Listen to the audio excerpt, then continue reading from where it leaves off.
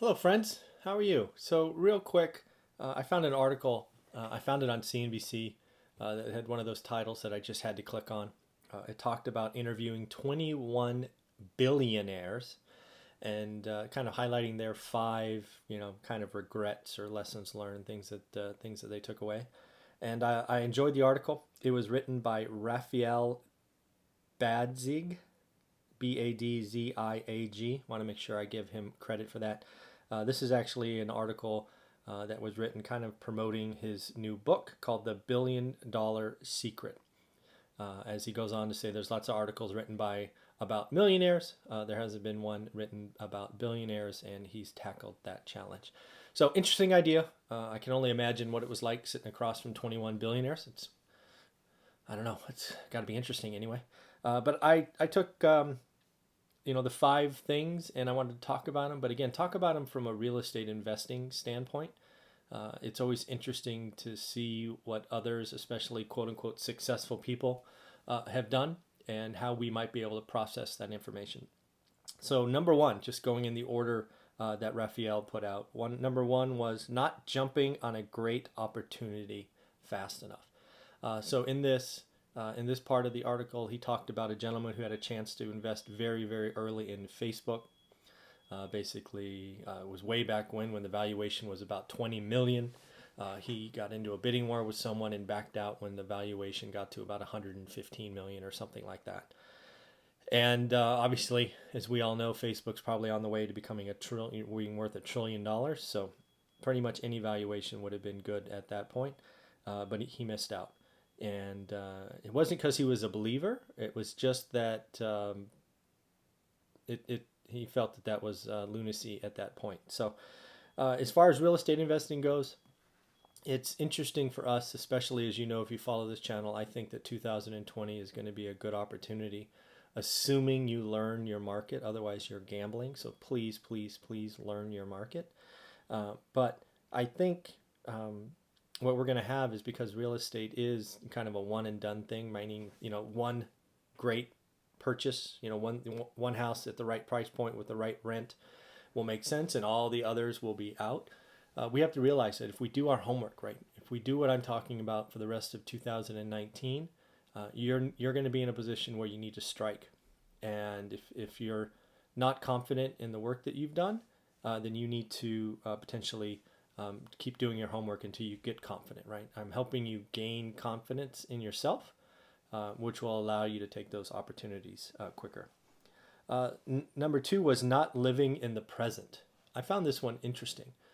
It went on to talk about a gentleman, I believe it was Lululemon, really talking about his first sportswear company that he built, and was really talking about he was either living in the past, right, kind of kicking himself for regrets or things he wish he should have done, or living in the future, trying to figure out what he needed to do, going forward, but never living in the moment.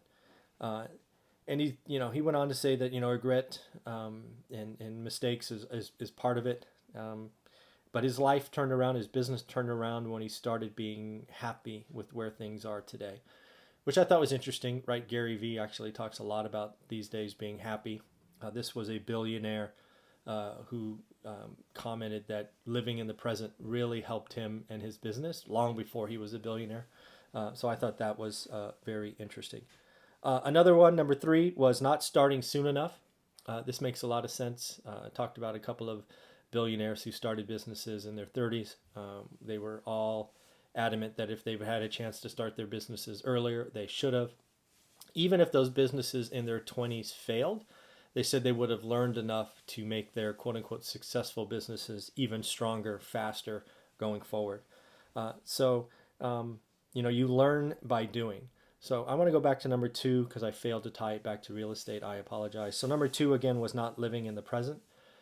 This is a big one for real estate investors, because I hear too many people kick themselves. Oh, I missed the 2008 crash. I shouldn't have been there. Deals were everywhere, and they spend seemingly hours a week beating themselves up. Move on. You don't have a time machine. I don't have a time machine. Don't worry about it. And then others are saying, I'm going to wait for the next '08 crash, right? They're not living in the present. That's why it's a big deal to learn your market. I keep telling you, I keep telling my students, all your job is to pick your market, pick your asset type, and then learn it. And then when something goes on sale, you will spot it, have the confidence to write an offer. You need to live in the present. Don't try to guess the market. Don't regret what has done. It's there for you.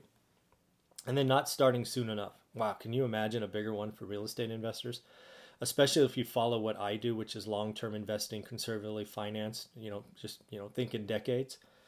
The sooner you start, the sooner you let time be your friend, inflation be your friend, tax advantages. You let somebody else buy your asset, for heaven's sakes, right? Most of the time your tenants are paying for 60, 70% of your asset.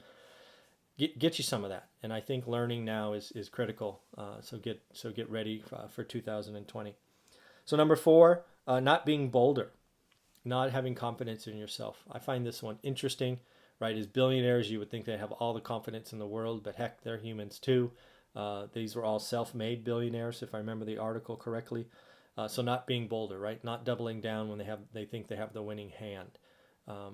Gary Vee talks a lot about when he was doing his wine company. He knew Google AdWords worked. He should have taken everything off of print and billboards and TV and just doubled down. Sometimes when you know you have the winning hand, you need to jump on it. So in real estate, again, if you've done the homework and you have the confidence, you can see what's happening in the market that others don't, because they're reacting to the ups and downs. This is one I have to give Olivia and I credit for. We, during the crash and kind of like 2010 to 11, there was nobody buying. But we were confident that we didn't want to be someone that said, hey, we wish we bought more. So we did everything we could. I was, borrowed from the 401k, got a loan on a paid off car, stopped spending on anything except the absolute necessities. And we just kept buying and buying and buying and buying. And it worked out. So when you have the winning hand, and in real estate, that, hey, they're selling below land value, go for it. And then the last one is not changing fast enough.